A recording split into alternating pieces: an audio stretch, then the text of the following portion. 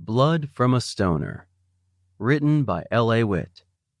Narrated by Nick J. Russo for Dark Night Sound. Chapter 1. Nights like tonight, I seriously regret becoming a vampire. I regret becoming a software engineer too, but at least I could change that if I wanted to. In theory, anyway. The job market is offering me about as many options as the fridge in the staff break room. Tech North actually does keep the break room pretty well stocked. When you're asking the mortal employees to be here for 12, 14, 16 hours at a time, you're smart to load the place up with energy drinks, coffee, muffins, candy, chips, and the odd bowl of fruit no one notices except for the flies. So the mortals are covered. But me and the other vampires, those of us who also have to work insane amounts of unpaid overtime, Tech North still hasn't quite caught up with the times and figured out that Red Bull 5-hour and Seattle's best coffee aren't going to cut it. And until such time as someone invents a vending machine that caters to people like me. Groaning, I press my elbows into my desk and rub my throbbing temples. I'm hungry. I'm tired. I haven't had a day off in 2 weeks. This project is nowhere near ready for its rollout next Thursday. And if Samir doesn't stop mumbling along to Taylor Swift and tapping his foot against our shared cubicle wall, I'm going to walk over there and bite him. It doesn't matter that he's also a vampire, and it won't do a thing to satisfy this excruciating hunger. I don't have the energy to kick his ass.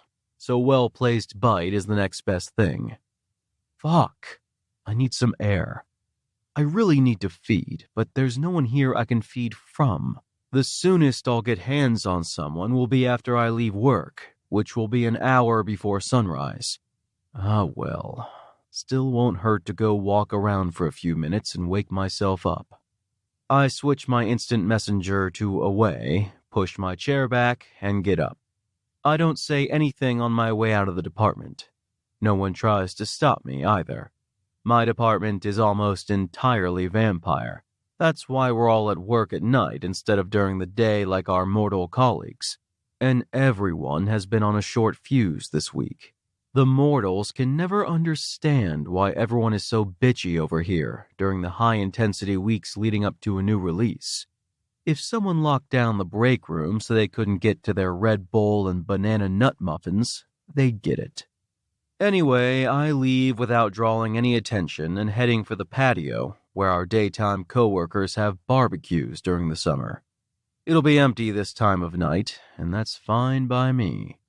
On my way past the endless cubicle farms, a poster with bright red writing and a red cross symbol catches my attention, and I roll my eyes so hard they nearly fall out of my skull. I've already got a hangry, and so help me if I see one more sign up for the blood drive poster, I'm going to bring this building down with cleansing fire. The hallway out to the patio takes me past the break room full of neglected fruit and junk food I haven't tasted in 10 years. My stomach growls hard enough to register on the Richter scale. Life would be so much easier right now if I could swing in there and raid the vending machines. Even that sad-looking banana in the bowl of good intentions makes my mouth water. I barely remember what any of that stuff tastes like. And I know from experience that I will regret it if I have so much as a nibble, but even worshipping the porcelain god for the rest of night almost seems worth it because I am so fucking hungry. With a pitiful sound that I'm hoping no one actually hears, I keep walking. Of course, the hallway of horrors isn't over yet. I have to go by the closed door of human resources. Human resources. Pfft.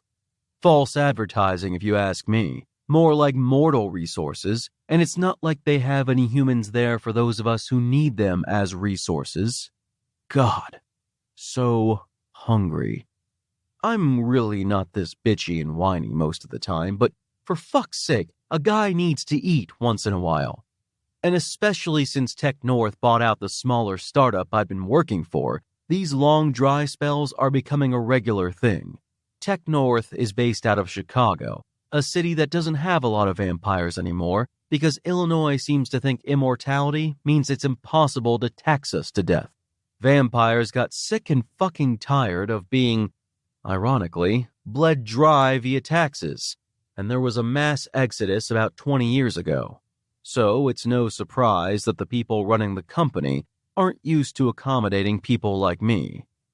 Even now, our department head, a mortal who is likely sound asleep and digesting a nice dinner as we speak, doesn't understand that our go home before sunrise policy isn't negotiable, or that a policy like that means we really can't work as long in the summer as we can in the winter, and we're honestly not just busting out so we can go to the beach or slack off. I'm serious. The guy knows less about vampires than he does about management. It takes either some brass balls or a special kind of stupid to tell a group of hungry, sleep-deprived vampires that since the meeting went late and the sun's already up, we might as well get some more work done before we go to sleep in the windowless rooms down the basement. For the millionth time tonight, I kick myself for becoming a vampire in the first place. I mean, it seemed like a good idea at the time. When you go up to a starving college kid and tell him there's a way for him to live long enough to pay off his student loans, that's pretty much the end of your sales pitch. Where do I sign and where do you bite? I wipe a hand over my face and sigh. Just a few more days and the product will be released. Once that's over, I can take a long weekend, get some actual sleep, and do some real feeding instead of a quick sip off a barista or the FedEx guy. Then I'll be back to my normal self. Maybe I'll even get laid. I sigh at the thought. Speaking of dry spells. Finally, I'm at the patio and push open the door to step out into the crisp night air. That is one advantage of being a vampire. Nights are cooler. I was never one for hot weather, and especially now as September is coming to an end, the nights are perfect. I don't even mind when they get downright cold in the winter. It's still better than sweating my balls off like I used to when I could go out in the daylight. I fold my arms on the concrete railing and gaze out at the city. Seattle is mostly dark, but the skyline still glitters with a few lights. It's easy to see the places where vampires are employed, bright blocks of glowing windows dotting the skyscrapers. Some people are surprised we need to have the lights on. I guess they think since we're allergic to sunlight, we live in the dark. Like we're not as prone to eye strain as they are. Bet they'd be shocked to know we get carpal tunnel and stiff necks, too. Staring at the warm lights from distant offices, I wonder if the occupants are as frustrated as I am. If they've fed recently. If someone told their bosses that vampires only need to feed about once a week, even less if we get a nibble here or there. And if that made their companies decide they don't actually need to take lunch every day. If I ever find out who told that to the powers that be at Tech North, not to mention the legislators who exempted us from the mandatory break laws, they're going to have a very disgruntled and hangry vampire on their hands. The door creaks open behind me. I curse softly. Please don't let it be someone who wants to chat. I turn to see... Oh, God. Oh, he can chat if he wants to. It's Zane Weber, one of the programmers. He's immortal and almost as white as I am, with tattoos all the way to his wrists, scruffy dark hair, and the bluest eyes I've ever seen. He's got a few days' worth of stubble along his jaw, so he's probably been working long shifts too. I hear his department head is even more relentless than mine. Good thing there aren't any vampires working down there, or they'd probably starve. Hey! He flashes me a tired smile. I didn't think anyone would be out here. I shrug. Just, getting some air. And I suddenly feel much more awake. I've had a few crushes around the office, but Zane is easily at the top of the list. Oh. His smile turns shy. I just came out here to smoke. That cool? Have at it. He doesn't take out his cigarettes, though. He's flipping his lighter between his fingers, but that's as far as he's gotten. You guys ready for the rollout? I shoot him a glare. I'm taking a break from work, okay? He shows his palms. Whoa, hey, sorry. Was just making conversation. Instantly, I feel like a dick, and I exhale as I slump back against the railing. Sorry, I'm just testy. We're under a lot of pressure, and Tech North isn't exactly accommodating to those of us who can't do chips or coffee. Zane studies me for a moment, and then the pieces seem to fall together. Oh, right. I guess you guys don't have a lot of options for, eating. Not really, no. Just the thought of it zaps what's left of my energy. To be honest, I'm fucking starving. I cringe a little. A lot of mortals still have this idea that if we get hungry enough, we can turn into crazed predators. The reality is we just get cranky and tired, but not everyone seems to understand that. If Zane is nervous, he doesn't let it show. Would it be weird if I ask you about that? About what? About... He chews the inside of his cheeks. How do vampires usually feed? I've always been curious about that. Oh God, I do not want to talk about feeding. Not now. But I shrug. Bite vein, drink blood. Pretty straightforward. Man, I need to do that like yesterday. No shit. He rolls his eyes. I mean, how do you find people to bite? Oh. I sigh as I lean against the railing. A lot of mortals do it for cash. There much money to be made doing that? He sounds like he's considering it. Can be. But if a person's really letting someone feed, like letting them take enough to satisfy them for several days, they're not going to be able to do much of anything for a good 24 hours. Paying for that seems only fair. Zane's eyes widen. How much do you drink? Ever donated blood? He nods. Yeah, I sign up for the company's drive every year. I suppress a groan as my stomach grumbles. The fucking blood drive.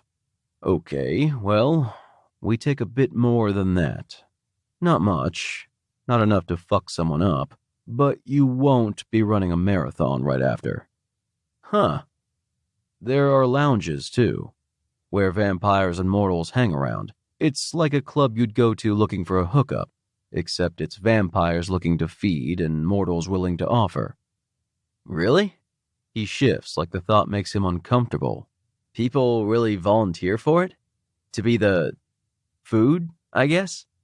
Sure. Some people get off on it. His eyebrows quirk. You're joking. I shake my head. Not at all. Studying me intently, he shifts his weight. You, go to places like that? Sometimes. There's this place called Crimson up on Capitol Hill. Nice atmosphere. And I can usually find someone there who's willing to... I pause. Hungry as I am, my internal filter isn't working so well, and I almost gave him too much information. I clear my throat. It's a good place. Capitol Hill. So is it like a... He swallows. Gay vampire bar? Oh, okay. So I did give him too much information even without the someone who will let me suck his dick and his neck part. I cough again. Yeah, it is. Oh, I didn't know that was a thing. I force a laugh. You learn something new every day. Silence falls. I'm not sure I'd describe it as awkward. More like loaded? Like there's something waiting to be said, but hell if I can put my finger on what it is or who's supposed to say it. After a tense moment, Zane says, Listen, if you're really hard up right now, I could, My toes curl inside my shoes. Just what I need tonight. My mouth on that man's body. I shake the thought away. No, it's okay. Company policy says we're not allowed to feed off coworkers. That's only if we get caught. Of course, I have such a crush on him that my lizard brain immediately tries to interpret that as him talking me into having sex at work. Which I would be totally on board with if it weren't for the fact that I'm too hungry and sluggish and... Wait, he's offering to let me feed off him. Here, at work, even though we could both get fired for it. Normally, I would never even entertain the idea. I need this job, and I bid a coworker despite company policy does not look good under the "have you ever been let go involuntarily" portion of an application. But good sense has been gone almost as long as my good mood, and I legitimately have no idea when I'll be able to feed again. I gulp. Are you serious? Yeah. He shrugs like it's nothing. I've always been kind of curious about it, and it seems like you could really stand to eat something. God, you have no idea. My mouth is watering. I'd probably have a hard-on right now at the prospect of biting Zane, except I'm too tired and hungry, which is all the more reason to bite him. Okay. I fight the urge to lick my lips and make myself look like more of a predator than I actually am. If you're sure. Zane nods. I'm sure.